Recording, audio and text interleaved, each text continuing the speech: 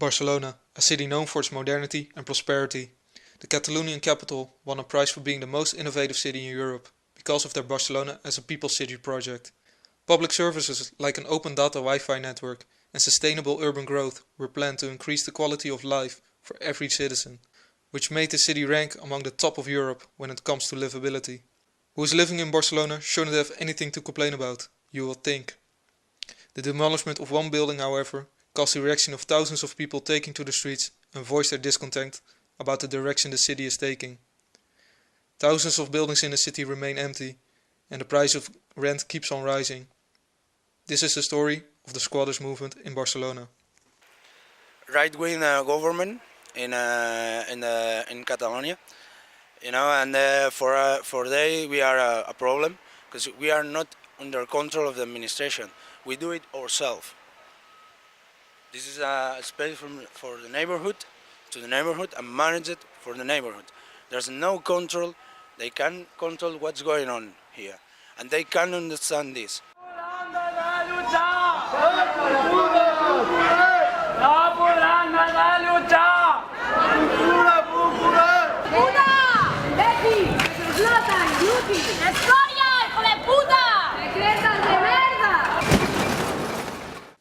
Last month, 4 consecutive nights of violent clashes between protesters and state police took place in the neighborhood of Sants. The reason was the planned demolishment of Can Vies, a 19th century building being squatted by the Occupy movement since 1997. Can Vies was due to be destroyed to make place for a small city park. Halfway through tearing down the century-old building, the demolishment abruptly stopped when a bulldozer went up in flames. Some 60 people still remain incarcerated from the riots, but the protest seemed successful. Not only is further destruction avoided, the government also agreed to restore the building. With the restoration of Can Vies, peace has returned to the neighborhood. A constant flow of people gathers in front of the structure to look at the damages and discuss the situation. Amongst them stands Ruben, a member of the Occupy movement, who wishes to remain anonymous, as tension between squatters and the police remain high. And it's very important to understand the situation. Many people help us, many people support us in the neighborhood, almost everyone.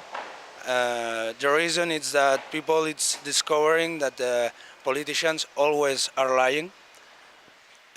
Some people it's losing their homes for the crisis, so they are starting to understand that squat it's a way to survive for a lot of people in our country, in our city. This is really sad to see, but it's real.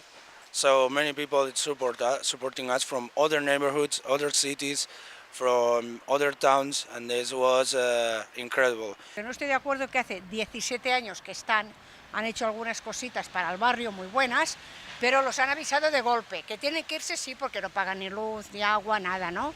Pero no se echan tampoco así, porque también han hecho algunas cositas para el barrio buenas.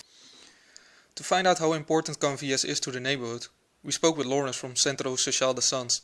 His organization took part in negotiations as a mediator. Tiene una importancia como símbolo de resistencia y de esa libertad que quiere tener la gente que ha estado durante 17 años en Can Vies. And what can you tell me more about the community going to Can Vies? What kind of people are there? Can Vies es un espacio en el que han habido gente joven durante 17 años. O sea, que a los que eran jóvenes hace 17 años, ahora ya no son tan jóvenes. De todas maneras, y eso se ha visto en las manifestaciones que han habido, había todo tipo de edades y todo tipo de gente mayor, gente joven, había niños también, había gente mayor. Entonces, eso da una muestra de es decir, de las diferentes generaciones que se han cohesionado, que se han juntado en Can Vies. Like Can Vies, many other squatter buildings not only serve as a place to live, but are also used as a social hub, like this one in the seemingly wealthy neighborhood of San Antonio. It serves as a food bank and a place where people can get free financial advice. Many places are being used to provide services that the government usually does, like here at Cambayo, an old textile factory that remained empty for decades. Local people took the initiative to turn this place into a social center with an own bar, art gallery library, and provides services like English classes and yoga instruction. Here we are in the library, and this building has a lot of different commissions, and we have the library, and we have the bar, we have the rock wall, and here we are all volunteers. We do the best that we can, and we don't receive money. It's just we receive knowledge. What makes the neighborhood of Barrio Sans so special that you can organize something as big as this? We have this abandoned place for a lot of years, so we fight for this place.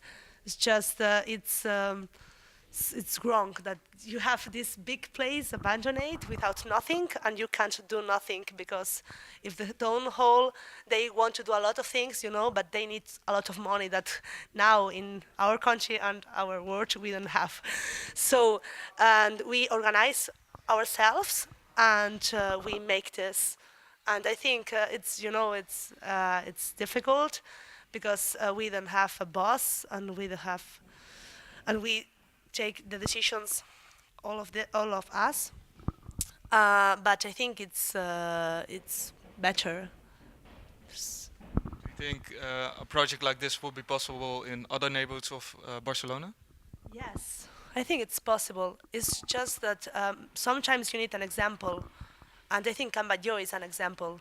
And now there are a lot of like the people who don't they don't have a house, or they don't have money, or they don't have something. They are organizing the group of people, and they are finding some houses, abandoned houses and things, and they are making, these beautiful projects. It are the activities like Cambayo and Canvies that create a lot of sympathy from the inhabitants of Barcelona, especially after the crackdown on squatters that the police started 2 months ago. Okay. Is it called the Carbonera? That it means in English like it's just cold, the house cold. And anyway, it's been they kick out the people 2 months ago because they were like squatting inside, but also was a cultural house. They do homework and and all this kind of stuff, and was a big manifestation in the neighborhood about this, because the police wanted to take them out and people was against that. What is your general opinion about the Occupy movement? It's like everything. There are good things about it and bad things about it. I have known people in the Occupy movement that have done good things with spaces that are like clear, and they like take advantage of that.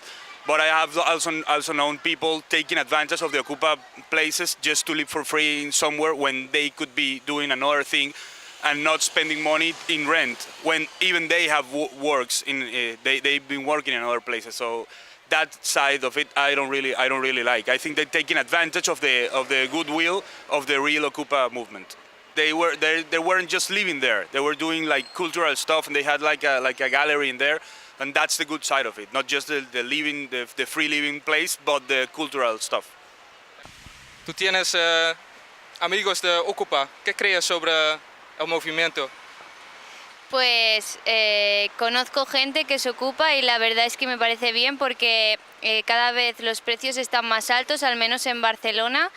Y si hay casas que están desocupadas y hay personas que no tienen casa, pues que las ocupen personas que no tienen dónde ir, y tal y como están subiendo los precios, pues sí me parece bien. Además que lo han dejado muy bonito a esta. One of the people who squats out of pure necessity is Jeremiah. He's been homeless since he was 14. He now lives on the streets of Raval because it's warmer outside. In the winter he takes refuge in abandoned buildings. ¿Por qué ocupadas edificios en la ciudad? Porque hay muchos edificios vacíos, porque el ayuntamiento, el banco, ¿sabes?, echa las familias y todo a la calle, y entonces llevan abandonado 5, 10, 15 años por ahí. The hardest challenge Jeremiah faces is the constant harassment of the police. Nos tratan mal, bastante mal. Yo no soy de violencia, pero si ellos usan la violencia con nosotros contestamos. con violencia. ¿Cuántas personas viven en edificios abandonados? Muchas, muchas. ¿Problema? Bueno, para el gobierno supongo que sí. Pero más le creamos problemas, mejor es. The reason why the Occupy movement is so angry with their government is the focus they have on modernizing the city and creating facilities for tourists, while poverty among its own citizens is actually increasing. There's many people sleeping on the streets, so I don't think that Barcelona is a modernized city. It's a modernized city just for rich people in the city, that it's a very small part. There's many people that don't have anything. As you can see, this guy keeps irons from the rubbish to survive, so this is the reality of the modern city of Barcelona. The government brings in and promotes a lot of tourism. You're going to have more places for tourists, more businesses devoted to tourism, and that's fine if you're looking at it for the tourism industry, because that's doing great. But what's happening is they're basically selling the city, and the society here does not agree with that degree of being sold. You're saying they focus too much on the tourism, but what about areas of Poblenou, for example? It's not focused on tourism, but there's a lot of new innovation. What's happening in Poblenou, you see the wealth happening, people leaving, having to leave their flats because of the crisis going on now. And then you see a greater disparity between the rich and the poor. So the people that want to live closer to the city center are moving in, and there's more people on the streets. There's undeveloped places, even in Poblenou, where you go from one side of the street, where it's, you know, beautiful and luxury apartments, and the other side is, you know, decrepit buildings. Poblenou underwent drastic changes in the last decade. Most industrial buildings were flattened, and new experimental buildings renewed the skyline of Barcelona. Poblenou stands as the image of innovation in the city, but not as the residential area the inhabitants desire. We met up with Ariadna Perez, an architect who works and lives in the neighborhood. We heard a lot of stories from people on the streets. We shouldn't invest in these kind of buildings if we can't put everybody in a safe home. Yeah, well, but that's already passed. But it was not only here. I think the whole of Spain has suffered a building bubble, construction bubble. The economy of the country was moving because of that. So there was a kind of euphoria. No? I think housing dropped down at 90% or 95%, construction housing in Spain. So we are now in a process of revising what has been done. So maybe we have to think about what has been done and focus on this, no? And especially all the housing that was also built on the 60s that maybe will need some kind of restoration, and then put a question mark on this kind of craziness of the last years. Thousands of flats, apartments empty, and people are getting, the banks, they take them out of their own houses because of the debt. It's a social difficult, well, we are all immersed now in this contradiction, no? We have a country full of houses, full of empty houses, and people don't have one for their own, so the tension is visible, and in some areas you can see it more than others, and governments have to face this thing, no? This issue, because it's really something to take in account. The Occupy movement won a great battle at Canvies, not only against the government, but also managed to reach people of all branches of life to take action. They claim they will only grow further with the widespread support of the people. You see how people here have tried and tried again to make some sort of alternative society, and each time it's sort of come to some terrible end. But now people are sort of realizing and learning from the mistakes, and I think that Barcelona is special in that respect. It's harnessing an energy that was sort of been asleep, and is resurging ever since, you know, Franco died. People have been going to the streets and trying to rekindle this passion.